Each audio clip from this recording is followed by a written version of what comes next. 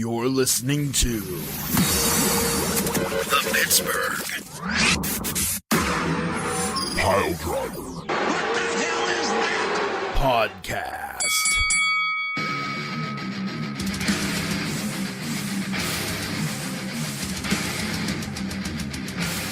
Hello, everybody, and welcome to the very first episode of Collar and Elbow Tie-Up, presented by the gentleman behind the Pittsburgh Piledriver podcast. My name is Alec Ransom, and I will be the host/moderator for this first episode of the Collar and Elbow Tie-Up. For this first episode, we're going to be discussing Wrestlemania 9. Was it a good pay-per-view? Was it a bad pay-per-view? Was it a good event? Was it a bad event? Was it amazing? Top 5, top 10? Or was it an overall abortion of a wrestling pay-per-view? We're going to go ahead and get started here. The Collar and Elbow Tie-Up, what that's going to be is it's going to be a discussion/argument show. So we're going to start off with one of our presenters posing an argument. The next presenter will pose a counter-argument. And then the first presenter will, again, kind of go back and rebut, if you will. So we're going to go ahead and get started here with introductions. Like I said before, my name is Alec Ransom. I will be your host and moderator. And the first presenter I'm going to introduce is the silver-tongued Poot the Bard. Well, hi there, Alec. How you doing? Happy to be here. Just grandiose, my friend. Feeling refreshed. I got myself a Vorsteiner Dunkel beer and a lot of surly attitude after having to watch this trash fire of WrestleMania. Excellent. Our second presenter will be the forked tongue Beef the Legend. I already feel like I'm in a handicap match. This is a kangaroo court, sir. So let's, before we even start anything, once again, we want to thank our gracious sponsor for continuing to have our backs, and of course that is WrestleDeals.com, which is your home for violent deals and bloody good prices. Again, thanks a lot, WrestleDeals.com, for having our backs on this one. Yes, thank you. We definitely appreciate it. Now I'm going to start off here with a little quick disclaimer.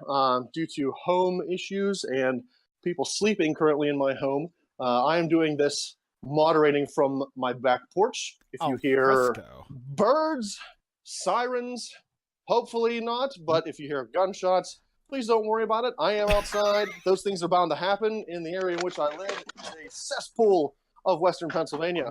What about Mordor screaming? Oh, if you hear clanging and banging, that's just the orcs of Mordor. The Eye of Sauron is watching over all of us. Oh, the Uruk-hai are coming. They are. They are coming right down the damn road. So, WrestleMania 9. This pay-per-view opens up in Caesar's Palace.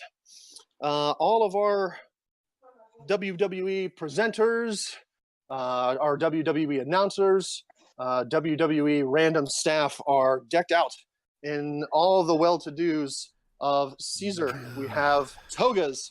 We have Caesar guards. Vestal virgins. Don't forget about them Vestal virgins. Don't forget about those virgins, where it's continually brought up by Jim Ross that these are pure virgins. They are pure of heart. They are pure of mind. He says it on multiple occasions. I'm going to try and keep my own personal comments aside on this, but that's what he says. Handicap match is happening right here. That's what he says. Speaking of Jim Ross, this does happen to be Jim Ross's very first WrestleMania that he will be announcing for. Jim Ross, Bobby Heenan, and Randy Savage will be your announcers for this event. Randy Savage is carried down by said virgins. Luxuriously, he's being fed grapes, and this is where Jim Ross will continuously say, pure of heart, pure of mind. Bobby Heenan comes riding in like an utter buffoon on a camel, and if I can just interject my own personal feelings here, I never really realized what an amazing announcer Bobby Heenan was until I watched some of these older events that he was on commentary for. My goodness, Bobby Heenan was phenomenal. Yes, sir. Okay. You had Mean Gene Okerlund, who was doing the backstage interviews for this event, and Mean Gene Okerlund was, who was he referred to as? I think he was just Mean Gene, because the ring announcer. No, he was referred to as something for Genus this species. No, it was something like that. It was, oh, for frick's sake. Science jokes. I had it and I completely forgot what it was. It was Genus Maximus or Yeah, that sounds something right. like that. I can't. It was he had one of those super funky things. Oh no, I'm sorry. It wasn't Mean Gene. It was It was Howard Fink. Finkel. Howard Fink, Finkel yeah. was Finkus Maximus. Maximus. So everybody strap in for freaking that. Oh, And yeah. don't forget about yeah. Gorilla Monsoon. Gorilla Monsoon basically functioning kind of sort of as the host, and our man on the street, once. and the man on the street, Todd Pettingill too. Oh, Oh, don't boy. you talk about Turd Purton girl. Forgot about that. don't So we're worry. gonna go ahead and Don't- start this off with the WrestleMania 9 introductions. Boot. Oh, no. This is what happens when the There's what one for the happens when keyfabe counter. The kayfabe counter. Yeah. Boot. That's a combination of Pete. Ladies Yes. and gentlemen, I'm Alec one- Ransom. I'm one Corona in. And the botches are already. You know what? I think it's fitting though because I'm botching the introduction as well as the matches itself at this pay per This is view. a kangaroo court, sir. Sorry, I this is apologize. So we're gonna start out with our first 3 minute debate here. Beef, I'm gonna go ahead and let you go first on the WrestleMania 9 introduction. If you want to All go right. ahead and present your arguments. I'm going to mute Certainly. myself. 3 for minutes. this. Let me be clear. I'm not saying that WrestleMania 9 is a top 5 event. I'm not saying it's a top 10 event. It may not even be top 15. I'm saying that WrestleMania gets a lot of crap from a lot of people the wrestling world over. My purpose here is not to say that it's the best ever. My purpose here is to say that there are lots of WrestleManias below it. So, here's something that I think that this WrestleMania, the opening and the setting, like this sets the blueprint for future WrestleManias. First of all, let's look at outdoor manias. They have all had that same canopy setup. In addition, before WrestleMania 9, no WrestleManias had like a theme. Since 9, like not all of them, but many of them have had themes, which aren't necessarily the most important, but are very, integral to the whole stylization of it. The theme itself, yeah, I mean, you can say it got a little bit campy there, but it was fun. Bobby Heenan running on a camel backwards, and the whole event their shill was that he smelled bad because of the camel. Savage was just. Oh, and by the way, I do want to mention that this is WrestleMania 9: do the thing. 6 times Macho Man Randy Savage said "do the thing" during the event. Love Savage, but so the scene I think was perfect for it. It really had that like Coliseum feel because it really did have a hot crowd for much of the night. Yeah, I mean, I'm a big fan of it. I think I don't think the cameramen needed to be in togas necessarily, but I think it was cool. It was a cool shtick. All right, Poot, if you want to go ahead and or give your opinions on the introduction of WrestleMania 9, you got 3 minutes. Go ahead. Let me just be perfectly clear here, fellas. I'm not saying that WrestleMania 9 is one of the best manias. It's not even top 10. It's not even top 15. It is a horrible, gross trash fire of an event, and I will make that very clear during my whole spiel. I'll give you first up. I'll be the power of positivity here right now. I'll tell you what are good things for this event. Gorilla Monsoon, Jim Ross Open, fantastic. Can't go wrong with Jim Ross, especially baby Jim Ross. We got baby's first slobber knocker this event, which is fantastic. JR hammering away on the term Vestal Virgins. I could just crack me up the entire time. Bobby Heenan looking like an ass. Who doesn't love Bobby Heenan looking like an ass? Michaels versus Tatanka was fun. I'll say that. I will. And Double Doink is fun. But you know what else is good about Mania? This Mania, WrestleMania 9? Nothing. Literally everything else is just too much. Talking about the theme of this one, sure, other WrestleManias have had themes. That's fine. It's all well and good. But they don't dig their little fucking claws into the gimmicks and the way people dress and the way they talk and the names of shit. Finkus Maximus, sure, it's funny, but then it gets stale very, very quick. You want to know why other WrestleManias weren't in the day outside because it just has a feel to it that is just, it feels like you're watching something that's not as important. Then when it gets dark and everything is it's just bad. The matches are, they start out strong. Michaels Tatanka, and then we'll get to the other matches as well. It starts off strong with them very quickly. You see it go downhill. You see it go over the top. It's insane. You talk about Bobby Heenan being a great announcer and a commentator. Sure, he totally is. But when you pair him with someone like Randy Savage, who is cocaine in human form, put through a kaleidoscope, okay, you can't. You have two color guys and Jim Ross trying to be the straight man.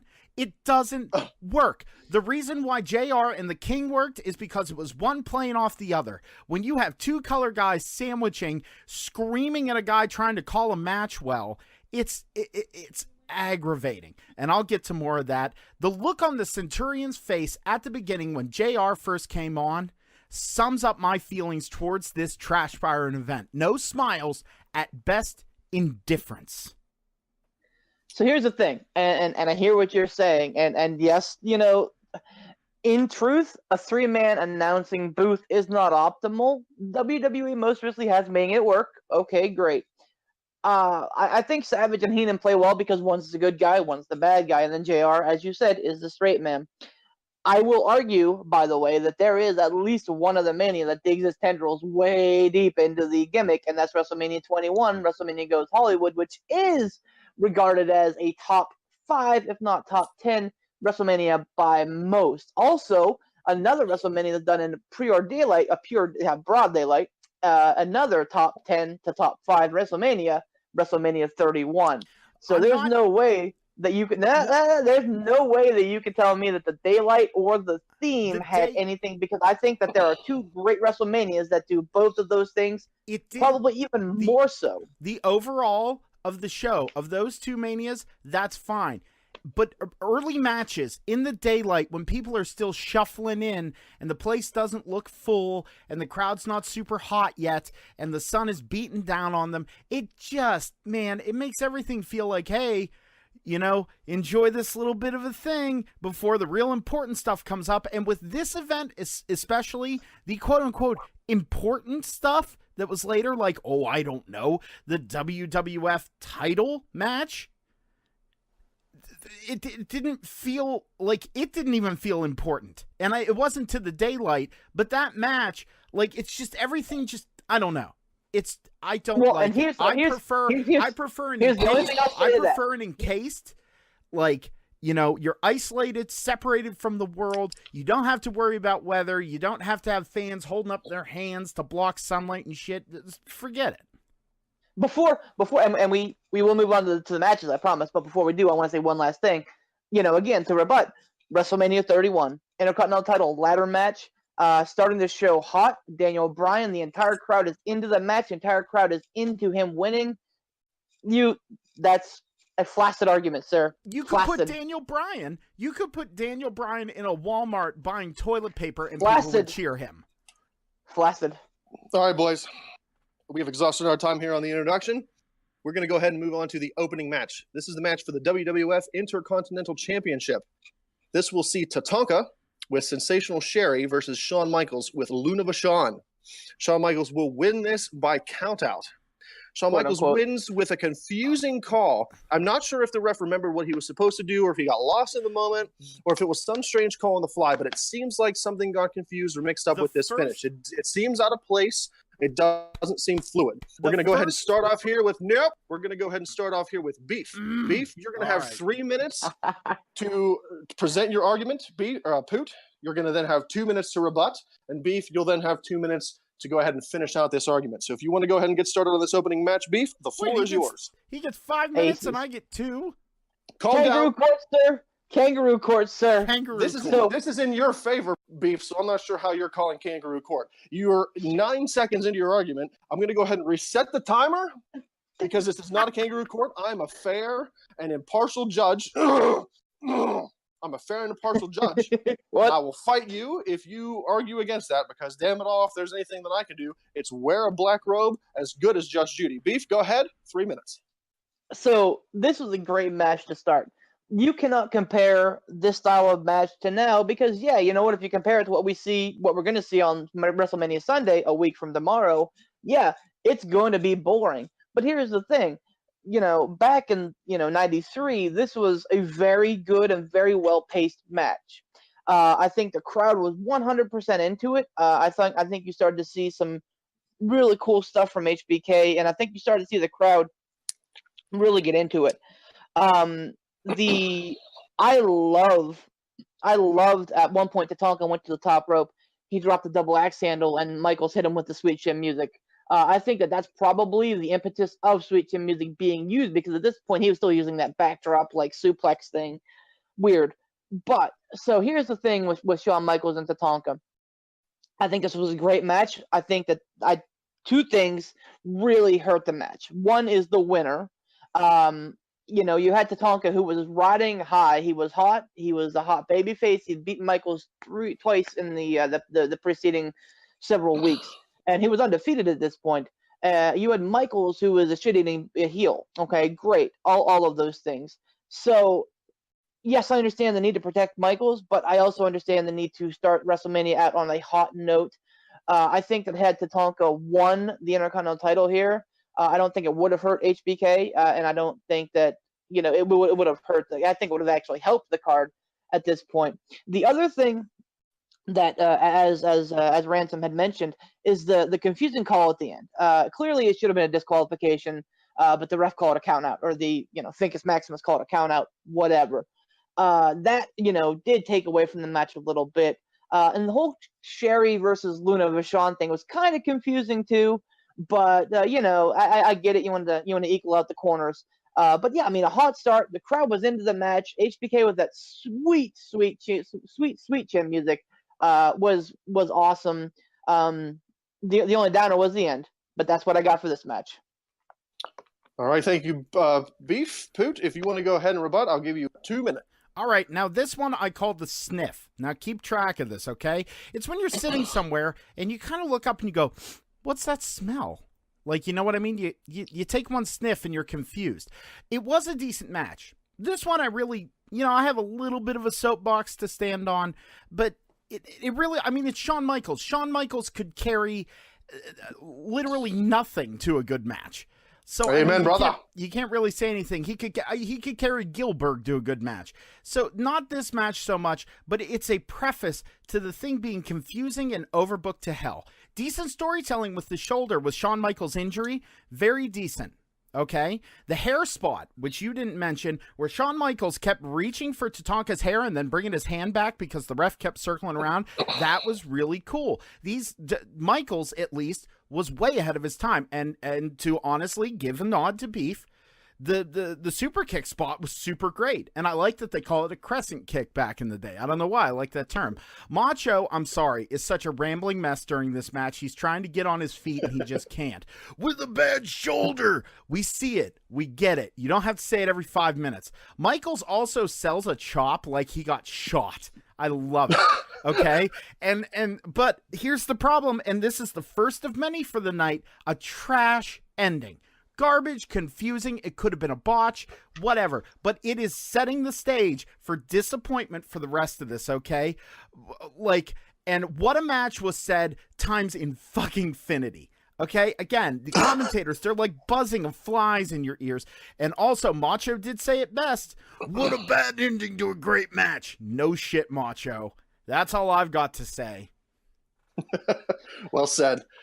Beef, if you have anything that you would like to conclude on, you've got 2 minutes if you want to go ahead and rebut Poot. Yeah, definitely. So, and that's the thing with the match ending, and I hear you, and that is one of my big gripes about this Mania too, is that the referees, sometimes reversing decisions, sometimes not reversing decisions, really plays a part in all this. They were obviously trying to protect both men. They're trying to protect Tatanka. They were trying to protect Shawn Michaels. God knows what they saw in Tatanka, but they did. He looked like $1 million. He did. They both did, to be honest. They really both did. But here's the thing. So how many Manias, and I guess that this is not really quantifying anything, but I mean, how often do we sit around and go, oh man, that was a great Mania, except, Roman Reigns, except, such and such, except Triple H getting Sting, except for, John Cena. That's, this is not, the winner of the match does not necessarily make this a bad match, or how the match went down at the end makes it a bad match either, because again, this is something that does happen in WrestleMania, that they do, even though it is the show of shows and is the ending of some storylines, they do also like to continue them as well. And that's fine, and I understand that things go wrong with a live event. That's all well and good, but it's again, this match wasn't bad. It's just setting the stage for more disappointment later. And the second match coming up is really hard for me to argue as well. There's a couple things, but we'll get to that. All right, boys, good start. Good start. We're going to go ahead and move on to our second match. Our second match is a non-title match. This will see the Steiner brothers, Rick and Scott Steiner, versus the Head Shrinkers, Fatu and Samu, with Afa in their corner. The Steiners will walk away with a pinfall win over the Head Shrinkers. Scott Steiner will pick up a pinfall with a questionable Frankensteiner, to which JR calls a Steiner line at first. He's probably used to screaming, Steiner line! Steiner line! Steiner line! As that's pretty much all I can remember, in all honesty, about this match, is JR's constant Steiner line! Steiner line! in that patented JR voice. For this one, Poot, we're going to go ahead and let you start out. You're going to have 3 minutes. Beef will rebut for 2 minutes afterwards. And then, Poot, if you want to go ahead and comment on Beef's rebuttal, you'll have a 2-minute stretch after that. So, Poot, go ahead. The floor is yours. All right. Again, you know what? First of all, beforehand, there was an interview with Finkus, not Finkus Maximus, with Gene, with Mean Gene Okerlund. And Rick Steiner says, okay, and to be fair, these guys are, he says, what are you going to do? These guys are unpredictable. No one knows where these guys are coming from. Me and my brother are going out there with a game plan. Fucking how exactly?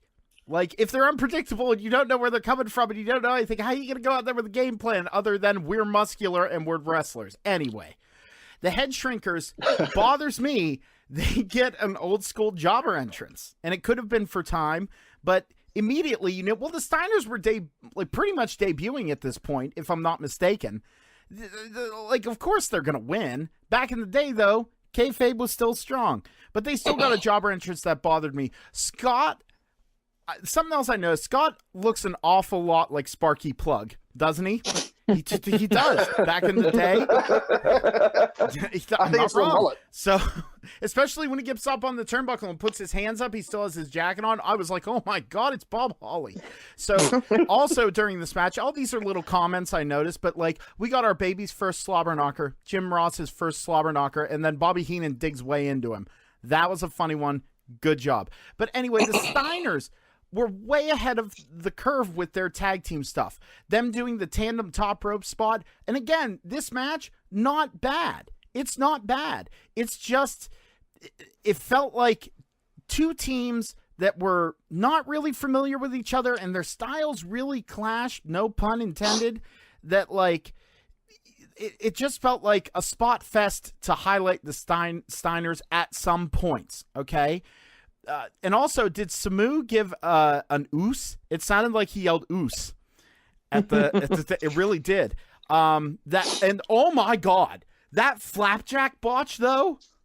Oh my God. Oh my God. Dude, how fucking Scott Steiner. Give that man a participation award. My God. I forgot that but that right there, the ropes were too loose. I don't know. This match is hard for me to argue because it was a decent match. Two teams that are good, but they just felt like they didn't know each other. Also, that Doomsday Slam reversal though. He had Rick Steiner up for they were doing a Doomsday device type of thing. The Head Shrinkers were, and he turns it into a power slam. Oh. But here's the thing, and again, I know I'm not really arguing that this is bad or making this event bad, but it really wasn't. So, I mean, again, it's one of those things where you watch some of the sloppy spots, that botched Frankensteiner end or the Steiner line, and this is a match. It was prototypical. It was good. It was a good debut. It was a good Mania win for the Steiners, who would be gone very shortly after this, mind you. This match I call the second sniff, and where you actually ask the question, is something burning? Like, everything's still okay, but you just feel something bad coming. So what I'm hearing from you, Beef, if you want to go ahead and give your rebuttal, go for it. It's more on top of it.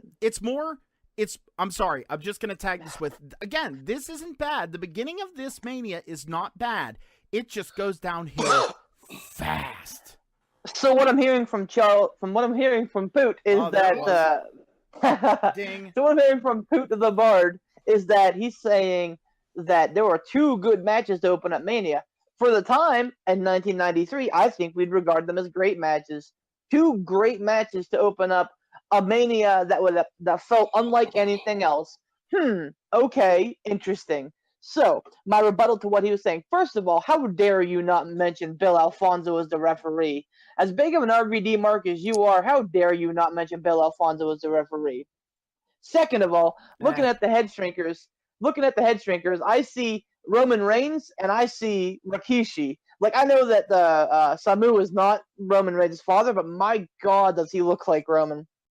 But all that being, he does. But all that being said, yeah, I mean, this was a great match, and I mean, I don't think it was a job, though. That's the thing. I don't. Yes, you knew the Steiners were probably going to pick up the win because they were the hot babyface team, and you want to keep that babyface. And whenever I say babyface, I mean, you know, the prominent good guy. You want to keep that babyface shine going for as long as you can in this event. I get that. So, but the head shrinkers come out looking like a dominant team. You know, they have some great chemistry. They have some great teamwork.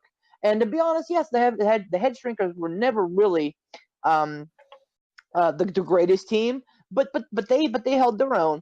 The Steiners were the story of the match. Them coming out with their WrestleMania debut. They had been around previously, but this was their WrestleMania debut, showing what they could do. That they were big dudes who could move like they were little dudes, like you said, Poot. On top of their tag team game, well before. Teams like the world's greatest tag team, and even the Young Bucks, I think, take a lot of cues from the Steiner brothers. So again, you know, I'm hearing from you that we've had two good, and again, putting in that time frame, great matches to open up a pay-per-view, a WrestleMania. That's what I'm hearing. All right, Beef, thank you, and also thank you for the very first kayfabe break of the evening. Poot, if you want to go ahead and rebut, you've got 2 minutes. All right. I said in my opening statement that the first two matches of this were fine. Okay? I'm not saying they're bad. I'm saying that they were fine. They're the highlight, in my opinion, to this entire event. The next match we're getting to, this is going to be the top of the hill on the roller coaster before you fly downhill and scream and maybe poop your pants a little bit, because it's going to be the last time that we're going to have something quality that felt good for a WrestleMania. Again, and going back, digressing back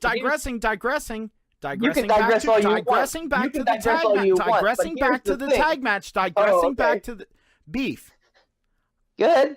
Digressing back to the tag match, again, sure, started out great, but how many times have you dated somebody and everything's fine at the beginning, and then you peel back the mask and realize they're Satan? Like, again, you're sitting here, it's lulling you into a sense, it's lulling you into a sense of like, oh, okay, all right, this is good, this is cool, that's fine. I'll even agree with you that maybe they should have given the Intercontinental belt over to Tatanka and started off with a big face pop. That would have been fine. But I'm going to tell you something. From here on out, you better get ready to be walking on some thin ice, buddy, because it's coming. You got to remember, and they still to this day, they do not write WrestleMania for the smart marks. That means the I'm people sorry, who are Judge in the movie, Ransom. the dirt sheets. Judge Ransom. I don't remember him also having a rebut to my rebut. Oh, but you got one. You got one in the HBK Tatanka mess, didn't you? I'm sorry. Yeah, I can't hear you. I'll allow it. Okay. That's the final point in this, and this is because I hear what you're saying, and I partially agree that this is kind of where we start to hit the high point. But they don't write the WrestleManias for the smart marks, the people who are in the know. They write the WrestleManias for the people who are out there buying the dozens of shirts. And I think that that's the people who really enjoy this Mania. All right. Go ahead. We'll see. Okay, we're going to go ahead and move on to the third match. We will have Doink the Clown versus Crush. Doink will win by a pinfall. Doink wins via pinfall after a second Doink emerges from underneath the ring. Another ref will come out at the end of the match to explain to the first ref what had just happened.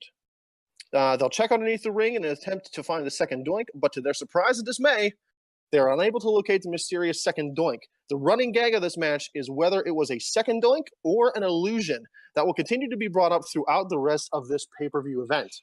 We're going to go ahead and start with Beef. You've got 3 minutes to present your argument as to why this is a good match. So first of all, let me say that Doink the Clown, that this Doink, Matt, I don't remember his last name, forgive me, but this Doink was the quintessential heel in the 90s. You could not find a better heel that wasn't waving a foreign flag.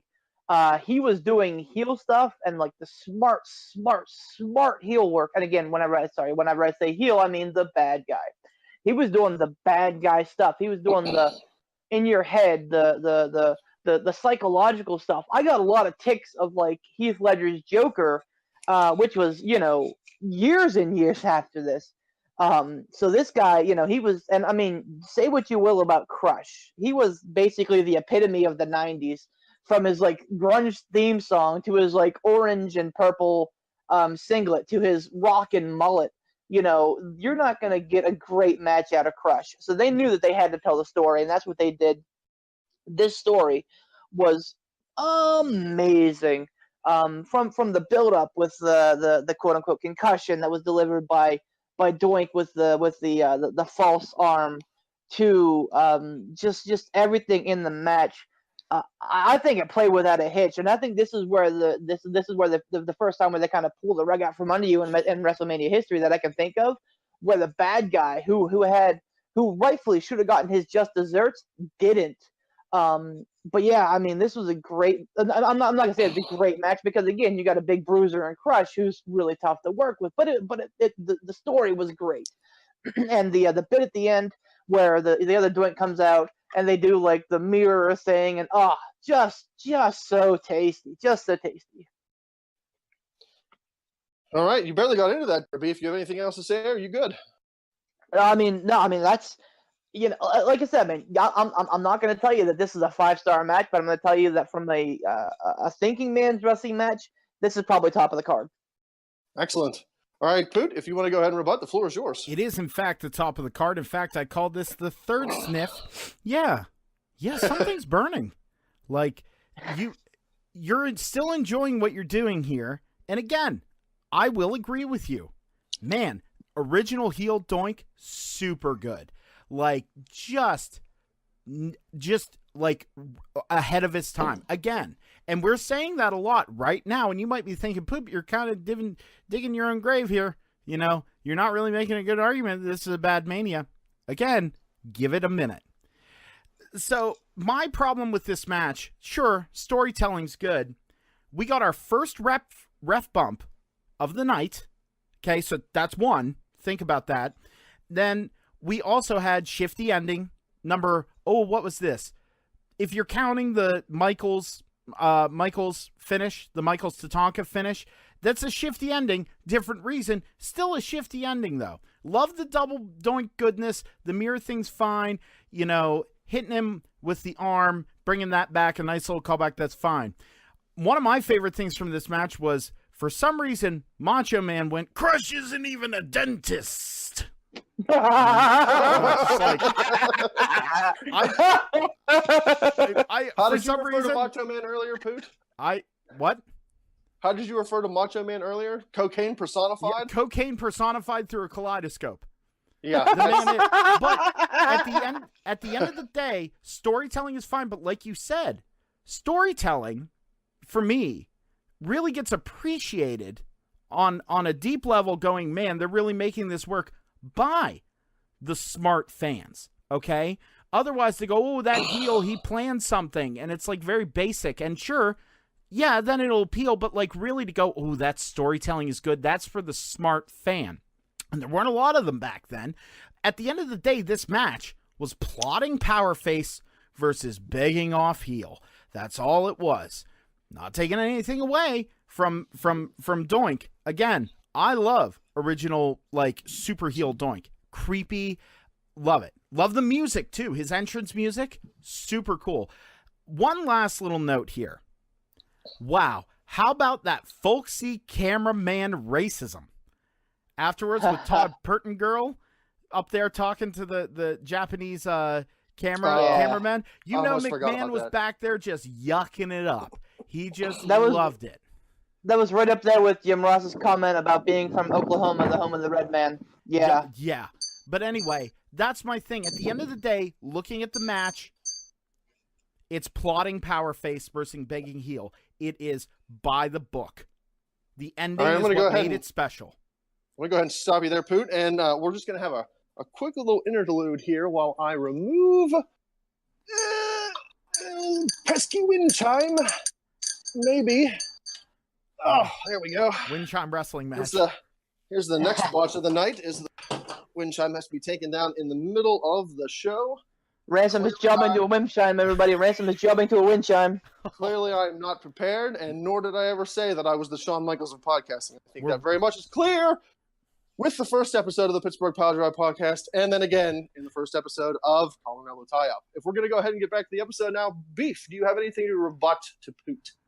I do. Yeah, you know what? It was formulaic. I agree, but I mean, again, Crush is this big, massive, just literally massive baby face. You can't really do much else, and especially with the way that the match is going to work, you had to stick to the formula. The one thing that I can't believe either of us have mentioned, that fucking pile driver. You saw Crush's head like at least 5 or 6 inches below Doink's legs when he hit that pile driver. Holy shit! Hey, that was a mean-looking pile driver. There is a shit ton of dangerous stuff on this event. Really. Yeah. I'm not going to lie. I know I'm the moderator, but I'm going to interject my own little personal opinion here. I'm not going to lie. I made the same gasping noise when I saw that as I did the first time I saw the Owen Hart Steve Austin pile driver. I was watching it in my living room, and I saw the setup, and I saw how low Crush's head was, and then the impact, I went, Well, the other thing is, too, how about the shot with the prosthetic arm? The second one where he really just hit him in the head. Yep. Like the second Doink, he hit Crush like bare bones, like no protection. The other thing, the other thing nasty. It looked nasty too. The other thing that I'll mention here, and something that I think might work against my cause, but the one thing that I'm hearing from you, Poot, is the officiating, and that's the one thing that I will give you, because we've already seen. You know what? I apologize. We haven't seen, but we will see an official come out and reverse a decision later on in the evening and call shit, as they go. We see a second official come out here and tell the first official, hey, this happened, with no repercussions. So it was not reversed, and the victory for Doink stood. So that was kind of an off-putting thing to me, but I mean, it was a solid match. Again, I'd put it up to the echelon of good matches whenever you're thinking about the storytelling aspect. all right, boys. So far, so good. I've enjoyed your arguments. Apologize if you hear any wind in my headset. Apparently, Mordor's picking up business here tonight. This feels to me like a good spot, Beef. If you want to go ahead and once again plug our generous sponsor, I feel like we can't really plug him enough. For him willing to go in on us before our first official episode even came out. We really do appreciate it, and I want to give him as much props as we possibly can. Yeah, WrestleDeals.com, your home for violent deals and bloody good prices. I'll mention as well that we're starting to kind of spark another little partnership here with Casual Gaming Dad, Tom Bodner. More to come on that, but that's just kind of little thing I'll throw out there. Give him a like on Facebook, Casual Gaming Dad. He's very entertaining as well. But yes, our official sponsor at this point is WrestleDeals.com. Yeah, I do want to talk about Casual Gaming Dad's Corner. Tom is a friend of mine from my childhood. I can't remember, what freaking age that we met, but we were close in our childhood, and we enjoyed wrestling, we enjoyed video games, and if you're one of those people where you enjoy watching like a Let's Play, or if you haven't even gotten into something like that, if that's something that you might want to check out. He does a lot of throwback stuff, which is really cool because you don't really think about or don't really remember a lot of the old NES or Super Nintendo games that were out. And I've watched some of his stuff, and I think back and I'm like, oh, I remember playing that, and I remember playing this game, and boy, the frustration that I got playing some of those old Nintendo games that you don't get now with saves and respawns, and holy moly. A couple weeks ago, he was running The Adventures of Lolo, which was like the first game I ever played that nice throwback. Yeah. Oh, that's a big throwback because that was the first game I didn't understand when I immediately picked it up. So yeah. But yeah, big props to Sean Tischler with WrestleDeals.com and Tom Bodner. Thank you guys for helping us out with getting us some eyes on our eyes and ears on our product. We appreciate it and hope we can do the same for you guys. Absolutely. We're going to go ahead and move on to the fourth match on the card. Oh. I apologize to you, Beef, at this point. My bias may show a tad bit on my introduction of this. We have Razor Ramon versus Bob Backlund. Razor will win clean with a pinfall. This match seems mostly filled with Backlund out-wrestling Razor. Aside from a few punches, kicks, a scoop slam by Razor, the match pretty much is dominated wrestle-wise by Bob Backlund. The match concludes with a botched drop kick by Backlund onto Razor, followed with a double arm suplex onto Razor, and then a strange-looking stalling atomic drop. Backlund flips Razor back into the ring at the end of the match, and then finally ending with an awkward-looking roll-up by Razor Ramon. Poot, we're going to go ahead and start you off with a 3-minute argument. Ladies and gentlemen, we're over the hill. Oh, we're boy, on here our we go. way down. All right, Strap in, Razor Beef. Ramon versus Bob fucking Backlund. All right, so Who comes out? I might. I call. I'm gonna interject here real quick, and Poot, I'll reset your time. All right. About it. Beef, I can't remember which one of you guys had mentioned that the Head Shrinkers did the job introduction by already being in the ring. Whenever their opponents came out, this seemed strange to me. Where Razor came out, barely got into the ring. And forgive my ignorance on this. I'm not sure how long Razor was in the WWF before he was in this match, but Razor barely comes. He barely even gets into the ring. Doesn't do his signature pose he does later on. And Bob Backlund comes jauntily running to the ring. No music. Poot, go ahead. All right. So this one I call. All right, he says. I call this see smoke, turn head. You keep sniffing, you turn your head because where's that smoke coming from? So the entrances were maybe a little bit shorter than this damn thing. All right, so if Macho Man Randy Savage is cocaine through a kaleidoscope, the human version of that, Bob Backlund is the human version of crack cocaine. This man is batshit by all accounts in IRL, like in real life. He is 100% batshit, and it shows in this match. I love Razor and Backlund, I do, but just Christ alive, this match. So like there was nothing to it. Like I'm saying, it was Backlund being like, look how good of a wrestler he is. This like weird. I can't like back. He looks like he'd be sticky if you touched him. Like he's just like he's a weird pasty little man who just does weird shit. This match was in essence bad hip tosses, a drop kick botch, an atomic drop botch, a small package, and it's over. That's it. That's all it was. That's all this was. It was you look at the little bar on the WWE network. Okay, and you're watching this, and you can just jump to matches, those little notches on the play bar. This was so small, I had a hard time clicking to go back and rewatch things to make sure I saw them right because it kept jumping to the beginning and the end of the match.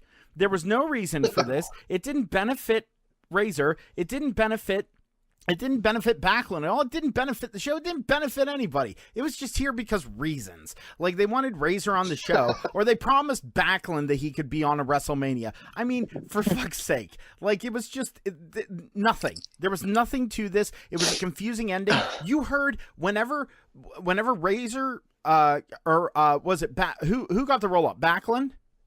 Razor got the roll. Razor got the okay. Razor got the roll up. I'm sorry, I'm rolling here. Razor got the roll up. You heard no pop. It was nothing. Even the crowd, because he's a heel. There was not. You would at least hear boos if people gave a shit like that. And I understand he was new. He wasn't in the WWF at this point for very long. But this match did nothing. It did nothing and had nothing to do with anything. And I like this is the downhill slide, folks. This is the beginning.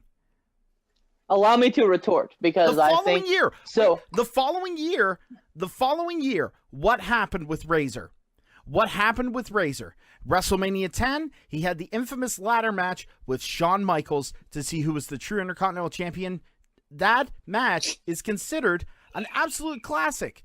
True, Razor needs to have someone who can bring him a good match. He's not the greatest wrestler in the world by any stretch of the imagination. Backlund was at least a good worker, but he was just off the rails. So when you have someone in there who's not going to help Razor or make him look like the monster that he was supposed to be, the dominating force because he's tall, tan, in shape, cut, ready to go, part of that newer generation, he just looks lazy and lanky, almost like Jinder Mahal.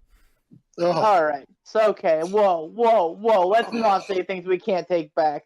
Here's the thing. All right. So I agree.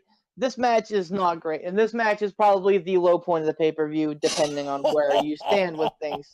Says you. Well, okay. Again, I'm looking through the eyes of a Mark. Again, the Mark is an intended audience member. Looking at it as a 12-year-old kid going, yay, boo. This is probably your low point. So that being said, here's what it accomplished. Razor Ramon was the heel, but he was a cool heel. He was probably the first cool heel. Him and Michaels were probably the first two cool heels. And beginning of the match, you got a Razor chant, which shouldn't have happened, obviously. But here's what you get out of this match. Yeah, it was rough because Backlund is batshit crazy. And it's funny that you mentioned that because I actually have written down on my sheet here, Backlund, crazy for life, ? As in, this just didn't appear. It just happened. He's just fucking nuts. But he's 43 here, by the way. 43 at his first main. I mean, props to the guy. So here's what you accomplish, Poot. When you mention what do you get out of this?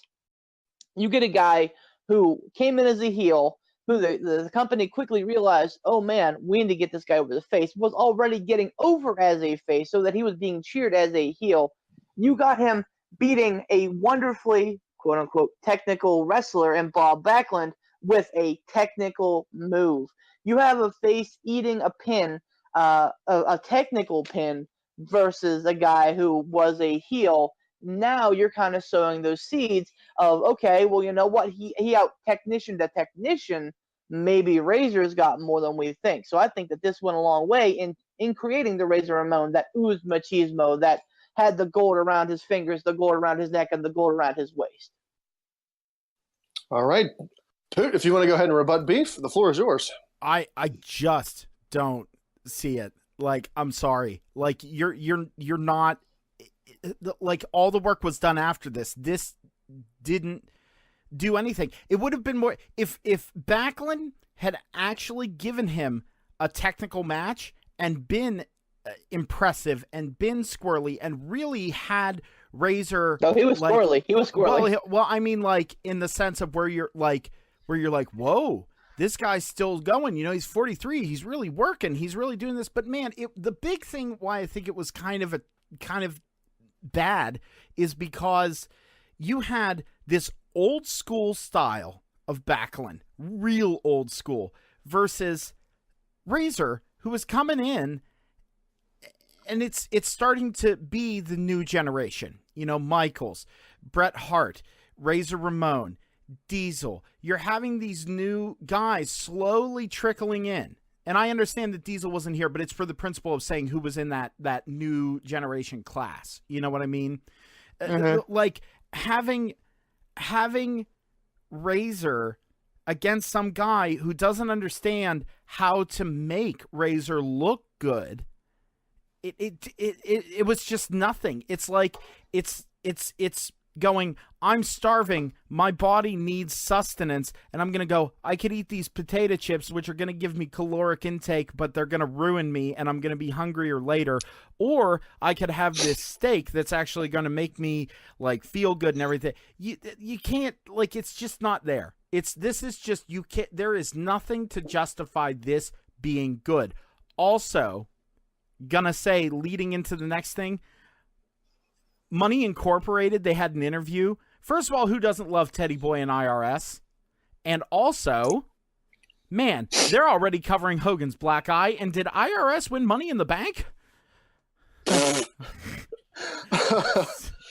All right, Beef, do you have anything to comment on from Poot? No, I'm good. I'm just gonna jump right because here's the thing. I'll concede this match was a downer. I hear you, but it happens. Fair enough. All right, we're going to go ahead and move on to the fifth match on the card. This is the WWF Tag Team Championship match. We have Money Incorporated, which is Erwin R. Scheiser and Ted DiBiase, who are the reigning champions, versus the Mega Maniacs.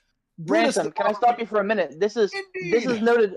This is noted at the beginning of the broadcast as one of the co-main events. Another thing that I'm going to go ahead and shut up on because my bias will show. The Mega Maniacs, which is the Brutus, the Barber Beefcake, and for some reason the returning Hulk Hogan, and they are accompanied by Jimmy Hart. Money Incorporated wins via a disqualification. At the conclusion of this match, the ref is knocked out. After the Maniacs put Money Incorporated down, the ref is still out, unable to count to 3. Jimmy Hart, for some reason, comes into the ring and is unsuccessful at his attempt to revive the ref. He turns his jacket inside out to reveal stripes, a la a ref shirt. Jimmy counts 3 as both Brutus the Barber Beefcake and Hulk Hogan cover Money Incorporated. Once a second ref comes to the ring, the decision is made that Money Incorporated wins via disqualification for some reason. After the Maniacs dispatch Money Incorporated from the ring, a long and grandiose celebration takes place as the Maniacs had won the match and the titles. I'm not sure exactly why they spent so long in the ring celebrating the fact that Money Incorporated not only walked out with the tag team titles, but they also walked out with the win via a disqualification. Beef, if you want to go ahead, you've got 3 minutes. Wonderful. So let me just say that I think that a lot of favors were done in this match. This is Brutus Beefcake's probably biggest match in history, and he deservedly so because he's Hogan's best friend. Also, you can see the seeds of what's coming later because we don't see a leg drop here. And obviously Hogan doesn't get the successful triumphant win, so you feel like the ground's swelling here. So here's the thing. Again, I'm as a successful Mania, I'm looking at it from an audience member's standpoint, not a guy who's reading the dirt sheets, which they were at that time, but an audience member. What's the dirt sheet there, Beef? Oh, I'm sorry. Thank you so much. A dirt sheet is, in fact, a paper. They were actually like journals published by different reporters who would get the inside knowledge, mind you, of the wrestling world. Thank you so much for calling me on that. So this would be before a WrestleZone.com or something exactly, like that. You'd have way actual before magazines or papers basically that would come trade out, which papers. is why they called them dirt sheets. Trade papers. Yeah, exactly. trade papers. Exactly. So, so this is not a match for those people. This is the returning hero, Hulk Hogan. This is the icon of the 80s. This is the guy who, as we covered in the first episode of the premiere of the Pittsburgh Piledriver podcast, which you can still check out on our YouTube page. This is a guy who carried the Wrestlemania on his back through the 80s and had the most main events and the most consecutive main events. So he deserves the spot. Okay, he deserves this limelight. He deserves this. Oh my God, is Hulk Hogan coming back to avenge his best friend? The story was shite. All right, it was shite and trite. Yes, and all the other rhyming things. But it was a vehicle for Hogan to come back. So yes, Ransom, to your point, the aftermath of this was probably longer than the match.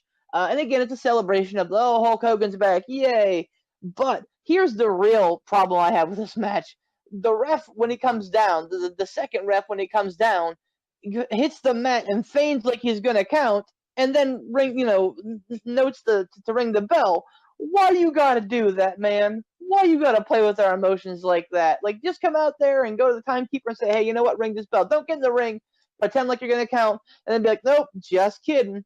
So, again, story-wise, it's it's a light match. It's a vehicle for Hogan and his vanity. But again, looking at it from the eyes of an audience member, I think it's a fun match. All right, Poot, if you want to go ahead and lock and load, I have a feeling that this is probably going to be the one where you come in firing on both barrels. All right, this is Money Incorporated versus the Mega Dumpy Dumpersons. And the reason I call it that is because this is the point where you turn and see the dumpster on fire. Beef is sitting here trying to say that Hogan deserved it. The Conquering Hero returns everything. Hulkamania was on its it was climbing into its deathbed at this point. No one gave a shit about Hulk Hogan. No one did. He was gone from the company not too long after this. Again, another one. False. By the way, Blatantly hey, false. listen, I'm talking. By the time, again, by the way, second ref bump of the night. Not going to be our last one. Hogan, it was a vehicle for his ego, and it was a vehicle for all this. You are absolutely right. 100%. That's all it was. It was politicking. Beefcake had no place in that match. I will say this, though.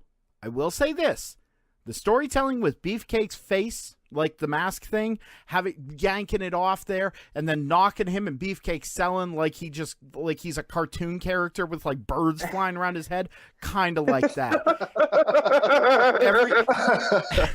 Everything else. Beefcake does his best Hogan impressions in this match, and Hogan does his best to work as little as fucking possible. Money Inc. gets a pass because, I'm sorry, I love the $1 Million Man. I love IRS. So I might be a little biased here. But, for the time, this kind of match was considered high drama to the fan. It was. But it was overbooked. Garbage. It was so overbooked. The whole, the mask then becoming a factor. The match went on too damn long. The ref bump. Jimmy Hart counting. And then they hold up the belts like they're conquering heroes. Nobody was fucking cheering. You know why? Because they knew they weren't going to get those title belts. And again, you feel that groundswell of Hogan coming in and getting that belt later on, which we will talk about. And boy, howdy, you said this might be the one that I'm going to come in guns a-blazing. You just wait. The Hogan, and then on top of that, Hogan doing the heel move, using the mask, because Mega Powers per Magoo Madoo. Oh, it's okay. We're the Mega Powers and Hulk Hogan. It's justice. No, fuck you. It's Hogan doing a pure heel move. And it was stupid. Jimmy Hart counting the belt because reasons, and then the brick in the case, because this match needed more damn gimmicks. It wasn't overbooked enough. It was, again, at the end of it all, it was a schmoz, which, by the way, means it degenerates into nothing. It felt like there was miscommunication with the referees. You said it was like, oh, you're playing with our emotions. No, it was probably a ref going in their account and go, wait a minute, I'm not supposed to do this. He let muscle memory take over. Also, Natalie Cole, because famous. So here's the thing, Poot. And I hear what you're saying, and the smart mark in me wants to say, you're right, man. Hogan's a dickbag, and he doesn't have any fucking place in this card, and he probably doesn't. But again, 11-year-old me who just got into wrestling, 11-year-old me who was a big fan of Bret Hart, but who knew about Hulk fucking Hogan. Hulkamania was nowhere near dead. Hulk Hogan would go to WCW with that red and yellow and still continue to fight that fight for 2 damn years before Black and White happened, man. 2 years. The Hulkamania. 2 years. I don't know. It's an estimate. He went over like a lead balloon. Hulk Hogan is an icon, and especially now was an icon. He did movies, he did TV shows, he did any number of things, commercials, cameos, you name it. Hulkamania was alive and well, and the reason that he came back to this WrestleMania, yes, was his vanity, but also because they didn't have a big star. I love Bret Hart, but this was not about Bret Hart. They needed a big star for WrestleMania, and Hulk Hogan was it. No. We'll get to that, why Hogan got that fucking belt. But all right, boys, I hate to put the kibosh on a good argument and a good rant, and Lord knows, unfortunately, we're going to talk about Hulk Hogan more. We're going to go ahead and move on. We're going to move on to the 5th match on the card. I'm sorry, I apologize. This is going to be the 6th match on the card. This is going to be Lex Luger as the Narcissist versus Mr. Perfect. Lex Luger wins via pinfall in this match. This match is finished with a backslide from Luger onto Perfect. The ref will count to 3 regardless of Perfect's feet being on the ropes. As Perfect protests the decision by the referee, Luger will hit him with the big forearm and then leave. Perfect gets back to his feet surprisingly quickly and gives chase. After attacking Luger outside, he is then ambushed by the defended and still current champion, Intercontinental Champion, Shawn Michaels. Poot, you're up. All right, so this one we got Mr. Perfect, who in my opinion can do no... Oh, by the way, this match is called Screams in Fear because you see that trash fire and now you're panicking. So this is Mr. Perfect, Kurt Hennig, who in my opinion can do no wrong, versus a broom, a.k.a. the Narcissist, Lex Luger. So, okay. Year Pyro. So first of all, again, happy, sad, suburban 4th of July, everybody. Kurt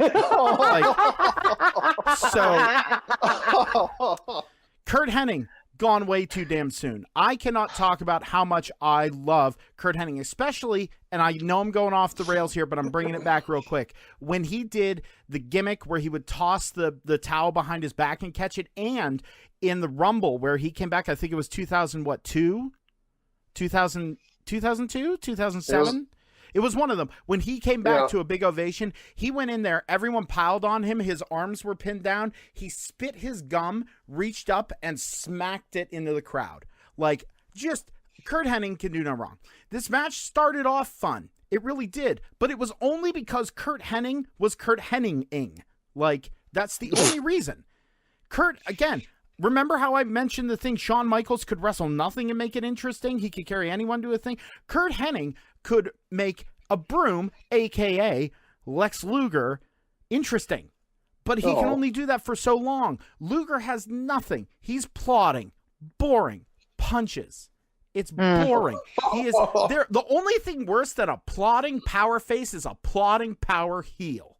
Also, what did we say? What did we say in our first Pittsburgh podcast about that's right, Marty. I'm shitting on Chuck Gable, freaking Chad Gable, and at Triforce Ransom. What is go ahead. At Poot the Bard, all you Lex Luger apologists, at him at Poot the Bard. Not saying anything bad about it. You go ahead and apologize for Luger all you want. I'm sure the man is a very nice man, but I'm sorry, he's boring. He's like if you went to the dollar store and bought Hulk Hogan. Like, so anyway. Oh, you need to drop that mic, sir. That's probably right around 3 minutes, and that's all I need to go on. I have one last point. Okay. Shut your mouth because you want to defend Luger. Another shenanigan. I'm going to go ahead and give Poot more time. All right. Yeah, another shenanigans finish. Again, Luger wins because McMahon loves that beef. He loves them guys that are big. Like, this reason. Like, the feet were on the ropes. It's a screwy finish. Hey, ref, you didn't see all the heel. It's another screwy finish. Again. Go on. Okay. All right, beef. Lay into it. So here's the thing. So first of all, this was a fun match. I really did enjoy it. Also, Kurt Hennig calling in the promo before the Lexorcist, making a Luger-esque Super Brawl Saturday, like wonderful. Your t-shirt doesn't fit. So I disagree, man. Luger was huge. I love Luger. He was a powerhouse, and he was good at what he did. You call him dime store or dollar store Hulk Hogan. I call him the future Hulk Hogan if done right, and that's the problem. If you want to have a problem with this WrestleMania, don't find fault with the product itself. Find fault with everything that they were building that they did not capitalize on.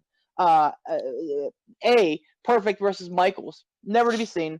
B, Luger versus Hart. How many times during this event did we hear about Lex Luger taking out Hart at the brunch that never materialized except for like a wrestling match to the fucking King of the Ring?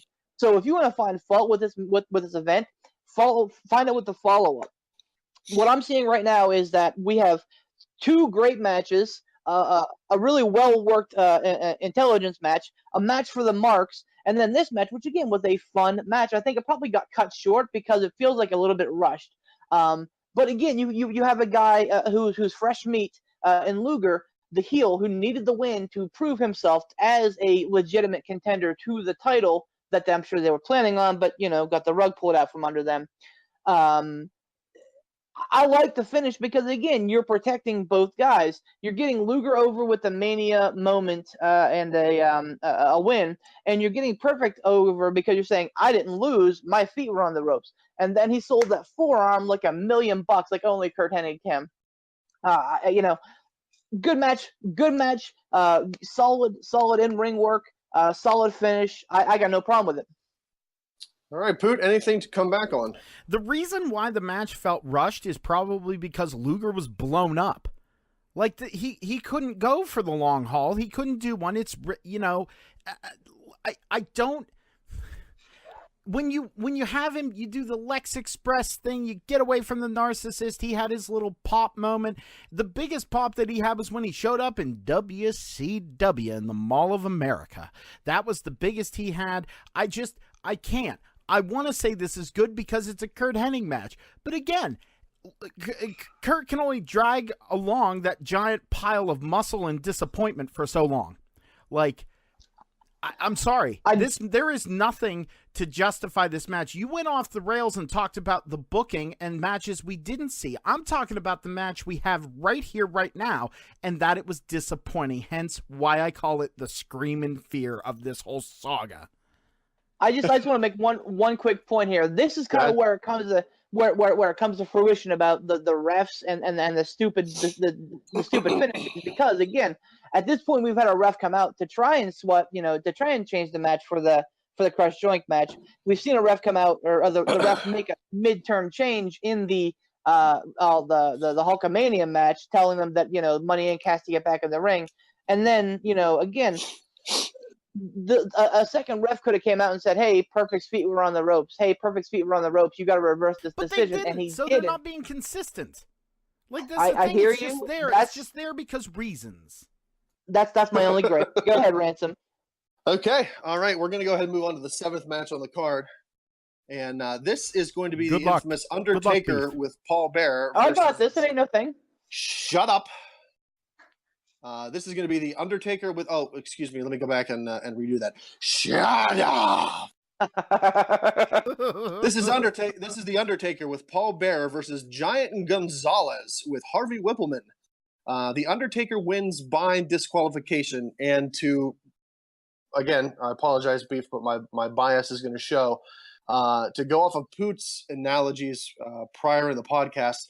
This match is for me when the fire department shows up and you realize, we're in trouble. There's lots of fire trucks. There's lots of guys in gear and masks. They're pulling lots of hose. Strap in. Probably the most memorable thing for me about this match is Giant Gonzalez's muscle onesie and the fact that he is chloroforming the Undertaker. Undertaker will be taken out on a stretcher. Giant Gonzalez will officially be disqualified after the Undertaker and I don't understand this. The whole time the chloroform is going on, the referee is in the ring, aware of what's happening, but Giant Gonzalez will only then be officially disqualified after the Undertaker returns, hits Gonzalez with a few clotheslines, and then kicks him out of the ring. Beef, if you want to go ahead and roll Tide. You got it. And by the way, I'm really good at coming back in handicap matches. I'm just like Finn Balor, so I'll take that. Thank you. So here's the thing. I hear what. Oh, fuck you, man. Fuck you. Podcast over. I'm just kidding. So here's the thing. Taker versus Gonzalez. All right. You know what? Taker's had some great matches, most of them with people who can work. Michaels, Triple H, Angle, or no, anyway, etc. Ric Flair, etc. This was not a great match. Here, this is another story match, much like Crush and Doink. This is a story match. Okay, you had so the precursor is Undertaker was basically running roughshod. He won the title within like a year of debuting. He beat Hulk Hogan. He beat fucking Hulk Hogan for the title. I only to lose it back, but he had never shown weakness at all. Excuse me. He had never shown weakness at all. You have the Giant Gonzalez make a debut in the Royal Rumble as the Undertaker's cleaning house, and the Giant Gonzalez it makes the Undertaker seem mortal for the first time. That's the story here. Is that you got a guy who's got no fear of the Undertaker. You got a guy who's going to stand toe to toe with him, and who is out. I'm so sorry, guys. Who is out? He's bigger than the Dead Man, and the story is that how's the Undertaker going to deal with this adversity? Let's be honest. The streak was in jeopardy before it ever began, because this could have gone the way of the Giant Gonzalez very, very easily. And I think they made the smart decision not to go that route, and still making the Undertaker look like $1 million. The match was crap. I'll be the first to say that. You got two lumbering big guys in there, and Taker, who hasn't quite fell into his groove just yet. They did their best to work it, and Taker did his best to work with a guy who probably doesn't speak any English at all. So it's got to be tough. But all that being said, this match, again, is about the story. The Undertaker overcoming the odds. He was taken out with chloroform, which the announcers were sure to beat us over the fucking head with 18 million times. What's that smell? And then, the Giant Gonzalez is running roughshod over all the referees, only for the Undertaker to come back, Spirit of 76 style, and finally topple the Giant. And the Giant Gonzalez has fear in his eyes as he's looking at Harvey Whippleman going, "What's going on? Is this for real? How did he do that?" That's the story, and that's why it's a good placeholder match. Poot, if you want to go ahead and let the red and yellow run wild on beef. All right, so this is what I call panic. All the panic. That's what this is. This is when you see that fire, you lose your mind, you don't know what to do, and so maybe you decide, I know, I'll burn it out with gasoline. This is Undertaker and the Buzzard versus Harry Micropenor Man. That's what it is. That is what this is. Buzzard. There is nothing redeemable about this match. Oh, and by the way, whenever the quote-unquote black smoke, which looked very green to me, my first thought was, oh God, it's the Boogeyman. So remember the thing I said about plotting faces and heels? Yeah, that. No fault of the Undertaker, though. I mean, the Undertaker objectively was coming up into his prime. The man could move. We've seen him do it. And we've seen him do it against other big men. But no one who moves like someone going through jello made of molasses. Nothing about Gonzalez. Jeez. He had no reason to be there other than he was a gimmick. He is a human gimmick. That is what he was. That dumb bodysuit. He looked confused where he was. Nothing. Absolutely nothing. And we get JR. My God, Ether. Ether, this match ends or I throw up. I can't handle it. Oh. Wow. It is a stain on the streak. More so, in my opinion, than it being given to Brock Lesnar. I'll make that bold statement. Wow. By the way, yet again, another shitty finish. A bulk of this match was Undertaker being put out by that stupid gimmick Ether, and then 5 to 8 minutes of people shuffling, taking him backstage. Oh God, the Undertaker's hurt, and Gonzalez trying to get to him and then forcing him backstage. They forced him backstage, and we never saw him or his Micropenor again. I just can't. I can't. You cannot justify this as a placeholder match. None of the things. I feel like this match was put there. You know who was over more than Giant Gonzalez? The Buzzard.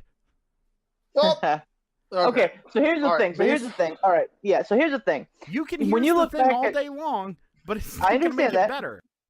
Well, so at WrestleMania 3, Hulk Hogan beat Andre the Giant.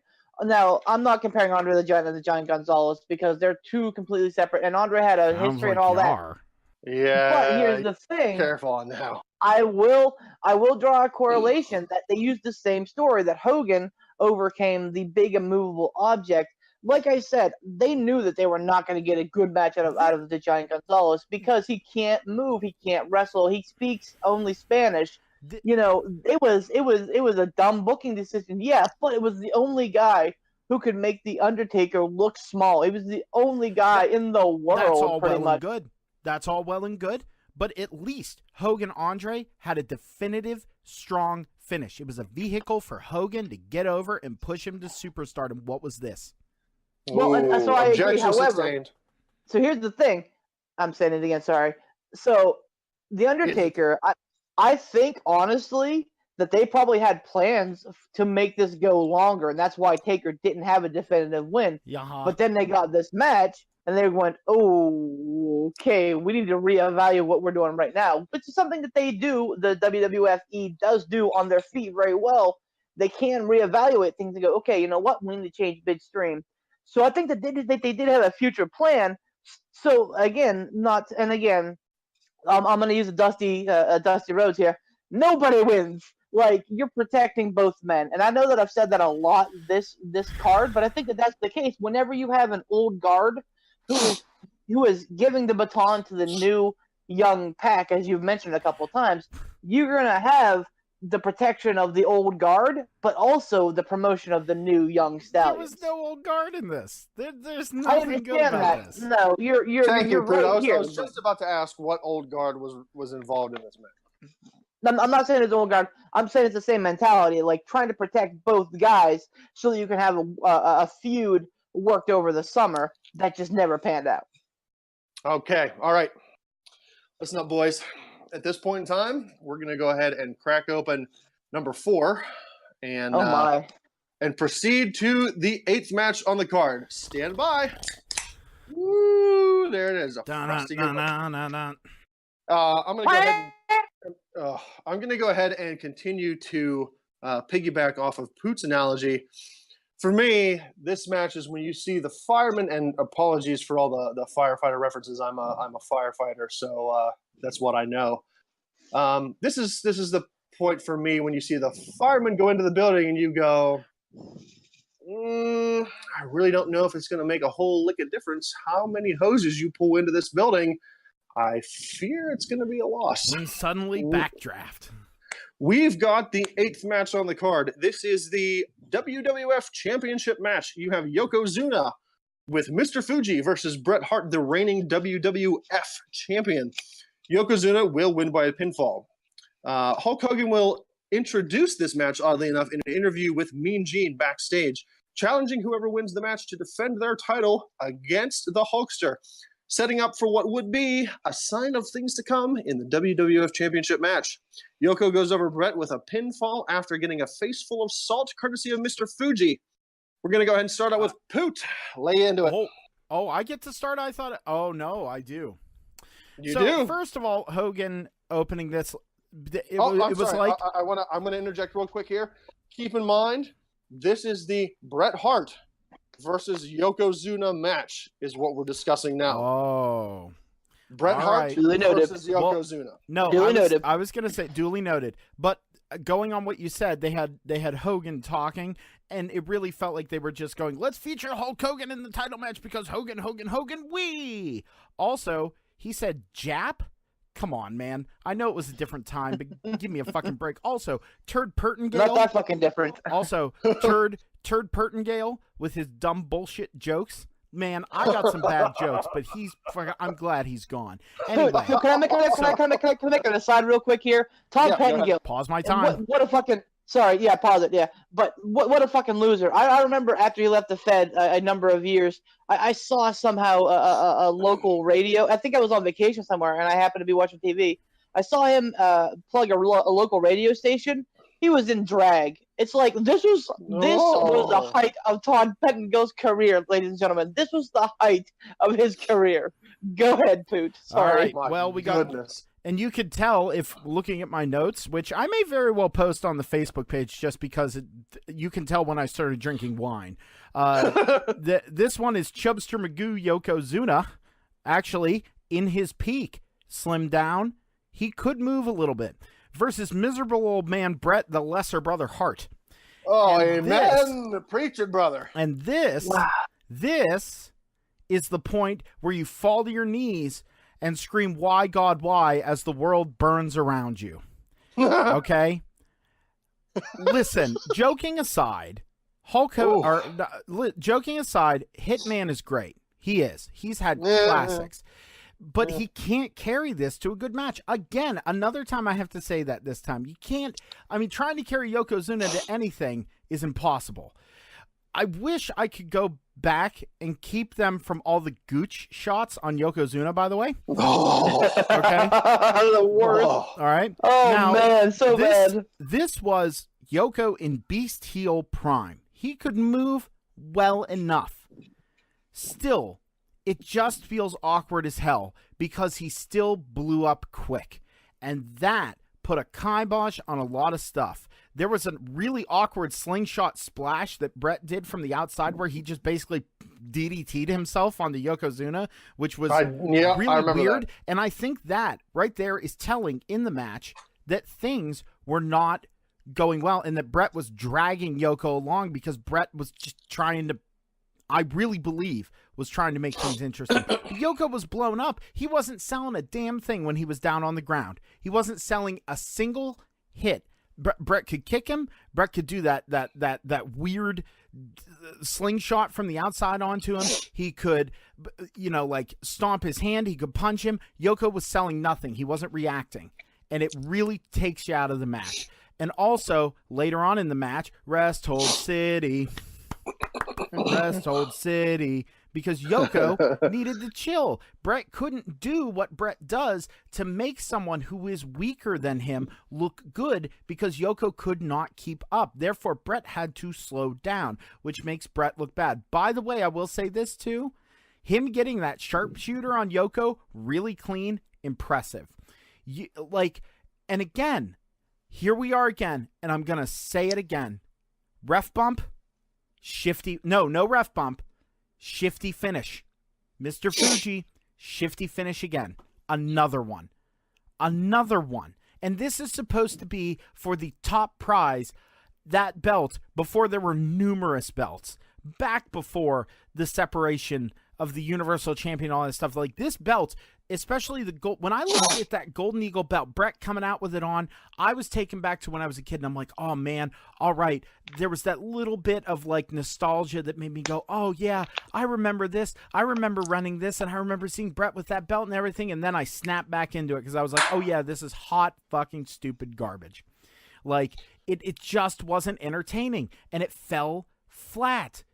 The last match with Harry Micropino Man and The Undertaker, fucking it left everyone absolutely flat. This is when everything is just off the rails and they're trying to race to the end. And I will get to Hogan when we talk about it.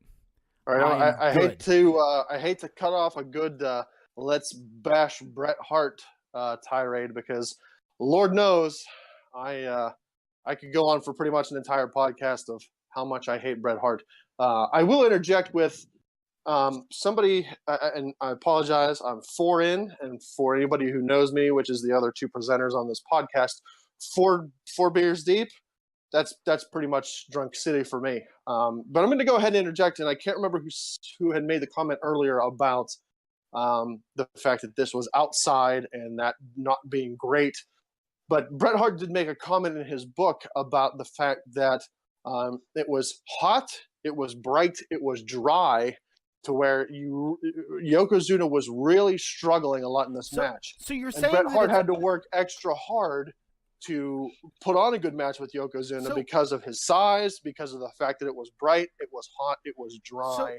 And there wasn't a whole lot that Yoko could do to come back from the fact that he was exhausted. So wait a minute. What you're saying is it's a bad idea to have a Mania outside during the day in the heat in the desert? Shock and awe. Listen, I'm supposed to be impartial, and due to the fact that that Dogfish Head has put me in this condition, I feel that the impartiality or the partiality, oh boy, I struggled to get that word out, is really seeping through here. And the handicap match is really starting to come out. All right. Well, we'll do our best. I forget where I'm going with this point, but let's let Beef have his row. Yeah, Brett himself did say the fact that it was outside. With Yokozuna's size as it was hard for him to go long. And you couple into the fact that it's Las Vegas, it's during the day. It's hot. It's bright. Listen, and when on